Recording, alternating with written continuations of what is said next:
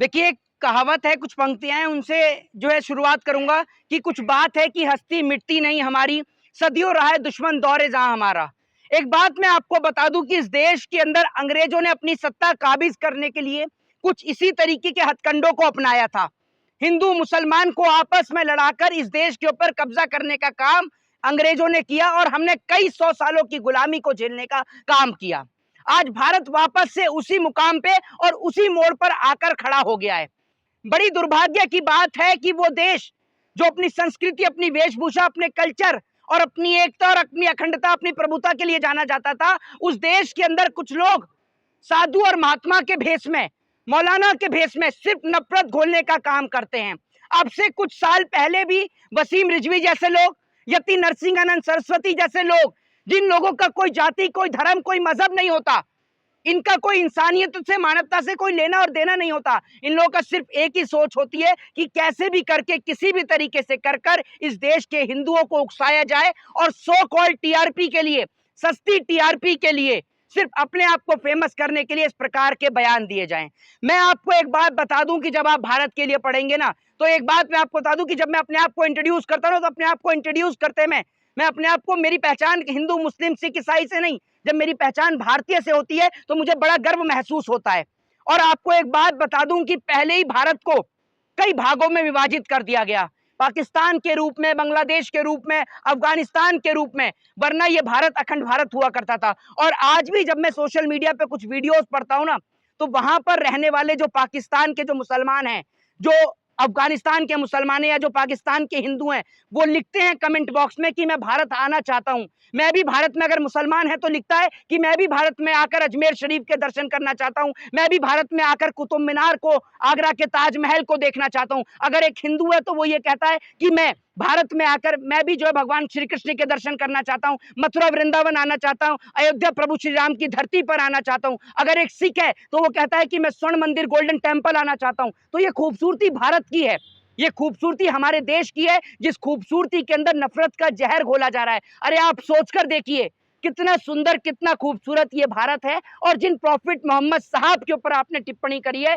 जरा कोई मुसलमान मुझे सामने आकर कह दे कि कहीं पर इस बात को लिखा हुआ है, या कोई हिंदू इस बात को कह दे कि प्रॉफिट मोहम्मद साहब, मुसलमान अगर इस बात को कह दे तो मैं बता दूं कि कहां मुसलमान की कौन सी कुरान में, कौन सी हदीस के अंदर इस बात का जिक्र है कि प्रॉफिट मोहम्मद साहब सिर्फ मुसलमानों के हैं, या हिंदुओं की कौन सी गीता के अंदर, रामायण के अंदर, महाभारत के अंदर किस बात का यह जिक्र है कि भगवान श्री कृष्ण किसके हैं। प्रभु तो सभी के हैं, भगवान तो सभी के हैं, अल्लाह तो सभी के हैं। उनको मानने का हमारी संस्कृति, हमारा धर्म, हमारा मजहब, हमारी पूजा पद्धति वो अलग हो सकती है, लेकिन हमारा सबसे बड़ा धर्म, हमारा सबसे बड़ा मजहब इंसान और इंसानियत का है। और हमें अपने आप को बड़े गर्व के साथ हम कहते हैं कि we proud to be Indian, हम भारतीय हैं।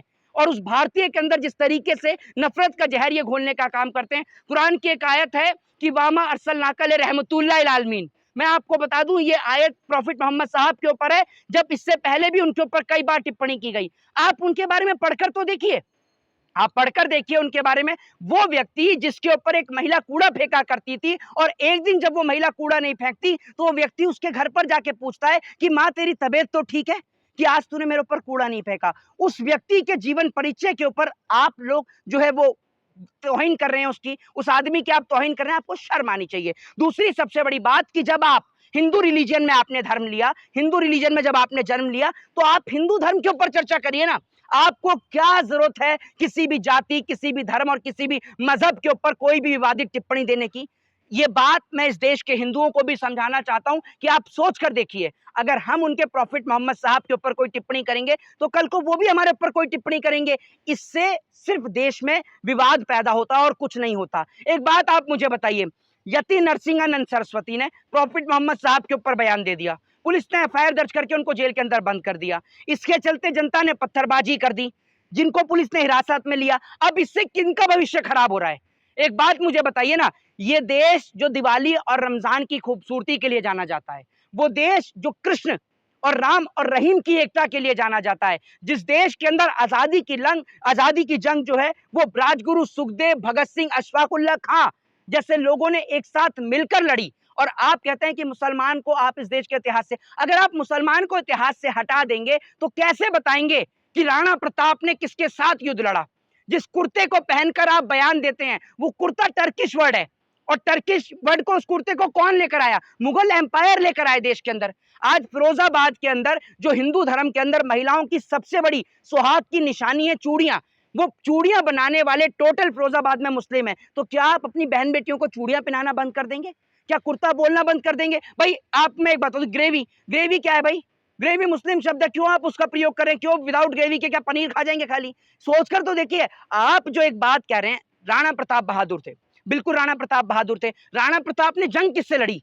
तो जिक्र तो करेंगे ना उस बात का कि राणा प्रताप ने अकबर से जंग लड़ी। तो आप अगर ये सोचते हैं कि मुसलमानों को इस देश के इतिहास से मिटा देंगे, तो ये आपकी एक गलत सोच है। दूसरी सबसे बड़ी बात कि इस देश की आजादी के लिए जितना योगदान हिंदुओं का, सिखों का और ईसाइयों का रहा, उतना ही बराबर का योगदान मुसलमानों का भी रहा। बहादुर शाह जफर के बच्चों का सर काट के जब रंगून की जेल में रख दिया गया, तो उनसे कहा जाता है कि क्या हुआ जफर, हिंदुस्तान की शमशीर क्या ठंडी पड़ गई है? तो उसके बाद बहादुर शाह जफर जवाब देते हैं कि जब तक गाजियों में बू रहेगी मान की, तख्ते लंदन तक चलेगी शमशीर हिंदुस्तान की। वो देश भारत जिस मुल्क की आजादी के लिए मौलाना साहब और पंडित ने एक साथ कंधे पर हाथ रखकर एक दूसरे के साथ मिलकर आजादी की जंग लड़ी, जंग आजादी एक साथ लड़ी, आज उस देश के अंदर जाति, धर्म और मजहब के नाम की लड़ाई, क्या ये सही है? मैं एक बात आपसे पूछना चाहता हूं कि प्रॉफिट मोहम्मद साहब के ऊपर विवादित टिप्पणी करने से आपको क्या हासिल हो जाएगा? या कोई अगर मुसलमान हमारे हिंदू धर्म पर टिप्पणी करता है तो उसको क्या हासिल होगा? ये सब चीजें सिर्फ देश में नफरत पैदा करती हैं। और मैं आपको समझाना चाहता हूं कि ये देश बटा पाकिस्तान के नाम पर, बटा बांग्लादेश के नाम पर और बटा अफगानिस्तान के नाम पर, और बटा सिर्फ सियासती लोगों के चक्कर में। सिर्फ कुछ चंद सियासती लोग जिन्होंने अपने फायदे के लिए कह लीजिए या फिर एक मुस्लिम राष्ट्र बनाने के लिए कह लीजिए, कैसे भी करके देश को अलग किया। भारत जब बना, भारत के अंदर जो पूर्वज, जो भारत के जो लोग रुके हैं, भारत को छोड़ के सिर्फ मुसलमान ही नहीं गए, बहुत सारे हिंदू भी पाकिस्तान में रहते हैं, बहुत सारे हिंदू रहते हैं। बांग्लादेश में सिर्फ मुसलमान नहीं रहते, बांग्लादेश में हिंदू भी रहते हैं। तो जिसको जहां पसंद आया रहना, वो वहां रहा। और जब एक बार एक मुसलमान से क्वेश्चन किया गया कि जब इस देश का बंटवारा हुआ तो आप पाकिस्तान क्यों नहीं चले गए, तो जानते हैं कि वो क्या जवाब देता है? वो कहता है कि मुझे एक ऐसा मुल्क नहीं चाहिए कि जहां पर से सिर्फ अजान की आवाज सुनाई दे, मुझे एक ऐसा मुल्क चाहिए जहां से मस्जिद से अजान की आवाज भी सुनाई दे और मंदिर से घंटी की आवाज भी सुनाई दे। और वो मुल्क है सिर्फ विश्व का एकमात्र देश, भारत। और मैं गर्व से कहता हूं, मुझे गर्व है अपने आप को यह कहते हुए कि जिस देश की मिट्टी ने अशफाकुल्ला खान जैसे वीर को जन्मा, जिस देश की मिट्टी ने शहीद आजम भगत सिंह को, राजगुरु सुखदेव को जन्मा, जिस देश की मिट्टी ने भारत देश के अंदर भीमराव अंबेडकर जैसे सुपुत्र को जन्मा, जिसने इस देश को भारतीय संविधान प्रदान कराया, जिस देश ने वीरांगना लक्ष्मीबाई, महारानी लक्ष्मीबाई जैसी वीरांगना को, स्त्री को जन्मने का काम किया, मेरे को गर्व है कि मैं उस सावित्रीबाई फूले, ज्योतिबा फूले की धरती पे मैंने जन्म लिया है। जिस देश ने हिंदू मुस्लिम की एकता का परिचय और प्रमाण दिया, जिस देश ने दिवाली और रमजान साथ में बनाया, जिस देश ने होली और ईद साथ में बनाई, जिस देश ने जन्माष्टमी और मुहर्रम एक साथ में मनाया, मैं उस देश की मिट्टी में जन्म लेता हूं। अगर हमारे नवरात्रे चलते हैं तो मुसलमानों के रोजे भी आते हैं, अगर हमारी दिवाली आती है तो उनकी ईद भी आती है, और यही खूबसूरती भारत देश की है। कल जब मैं कुछ लोगों के बीच में बैठा था तो वो मेरे से बोलते हैं कि मैं जा रहा हूं, तो मैंने उनसे कहा कि आप इतनी जल्दी क्यों जा रहे हैं, अभी तो 11 साढ़े 11 हुए। तो बोले कि बच्चों को जो है वो रामलीला का मेला दिखाने लेके जाना है। एक मुसलमान ये कह रहा है कि उसे अपने बच्चों को रामलीला का मेला दिखाने जाना है। तो ये देश सिर्फ एकमात्र ऐसा देश है, वरना नवरात्रि के पावन माँ दुर्गा के पर्व चल रहे हैं, माँ दुर्गा के नवरात्रे चल रहे हैं, चले जाइए आप किसी और देश में, घूम आइए दुबई, घूम आइए इराक, घूम आइए कुवैत, घूम आइए पाकिस्तान, घूम आइए बांग्लादेश, कहीं भी घूम आइए, लेकिन कहीं पर भी आपको भारत जैसी रौनक देखने को नहीं मिलेगी। जहां आपको जितना खूबसूरत भारत नवरात्रि और दिवाली पर रहता है, उतना ही खूबसूरत भारत ईद पर भी सजता है, रमजान पे भी सजता है। रमजान के पूरे 1 महीने बाजारों में रौनक रहती है, और बहुत सारे हिंदू परिवार के लोग अपने बच्चों को जब ईद होती है तो मेले में घुमाने लेकर जाते हैं। ये खूबसूरती भारत की है।